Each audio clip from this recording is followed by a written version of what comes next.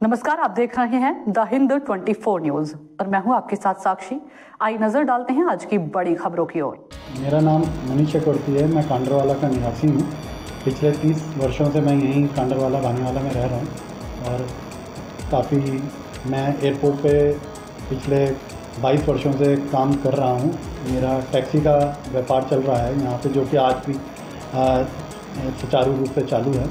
मैंने पिछले अप्रैल 2023 में एक टेंडर हुआ था यहाँ पे मास्टर कंसेशनर का, जिसमें फूड एंड बेवरेजेस का वो टेंडर हुआ था, जिसमें मैंने पार्टिसिपेट किया था और मेरी कंपनी ने उसको विन किया था। हम लोग फर्स्ट आए थे उसमें जीत के, जिसके माध्यम से मेरे को पूरे एयरपोर्ट पर फूड एंड बेवरेजेस के आउटलेट ओपन करने थे।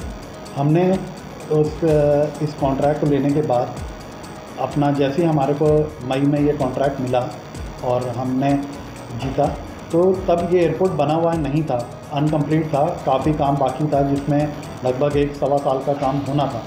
तो हम लोगों को यही बताया गया था कि हम लोग आपसे एयरपोर्ट के माध्यम से, एयरपोर्ट वालों ने और उनके सारे बड़े अधिकारियों ने, कि हम आप लोगों से पैसे, जो कि इस कॉन्ट्रैक्ट की जो फ़ीस थी, जो कि 7.5 करोड़ रुपये हमारे को जमा करनी थी, तो वो हमें तब ये कहा गया था कि भाई जब एयरपोर्ट बन जाएगा तभी आपसे हम लेंगे ये पैसे, क्योंकि अभी एयरपोर्ट बनने में टाइम है, तब तक हम आपको कोई भी लेटर इशू नहीं करेंगे।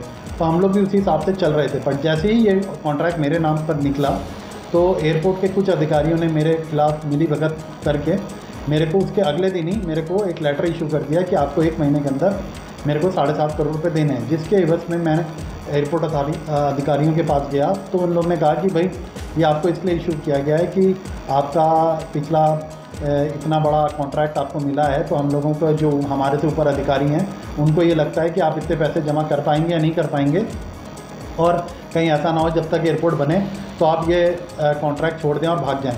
तो मैंने कहा कि सर, मैंने कॉन्ट्रैक्ट लेने के लिए 15 लाख रुपए आपको दे रखे हैं, जो कि आज भी आपके पास जब्त है मेरे, तो उसमें मेरे को अगर भागना होता तो मैं इतनी मेहनत करके इस कॉन्ट्रैक्ट को क्यों लेता।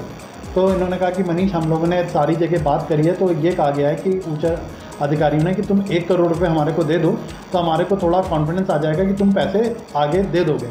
तो मैंने कहा ठीक है सर। मैंने 1 करोड़ रुपए इनको जुलाई में अदा करे बीजी के माध्यम से, HDFC बैंक से मैंने इनको बीजी दी 1 करोड़ रुपए की, जिसमें बीजी का खर्चा भी बहुत मोटा आता है। मैंने वो पैसे भी इनको दिए।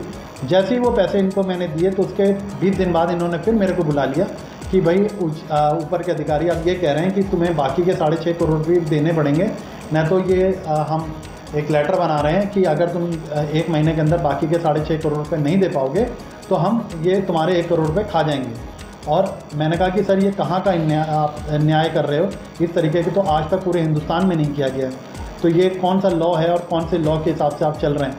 तो उन्होंने कहा नहीं, अगर आप नहीं दोगे तो आप लिख के दो, न तो आपके पर मैं मरता क्या ना करता वाली स्थिति में खड़ा होता कि मेरे 1 करोड़ 15 लाख रुपए इनके पास फंसे हुए थे। मैंने वो लेटर पे भी साइन करके दिया और कैसे कैसे करके मैंने इनको बाकी के 6.5 करोड़ रुपए अदा किए। जो लोग मेरे साथ उस समय पे जुड़े, तब इन्होंने मेरे को ये कहा कि भाई ठीक है, आपने पैसे दे दिए हैं, हम आपसे एग्रीमेंट कर रहे हैं, पर आपको मैंने ये जब पैसे जमा किए तो मैंने कहा कि अब आप मेरे को एयरपोर्ट का हैंडओवर कब देंगे। तो कहने के बाद 15 दिन में दे देंगे। मैंने कहा ठीक है सर।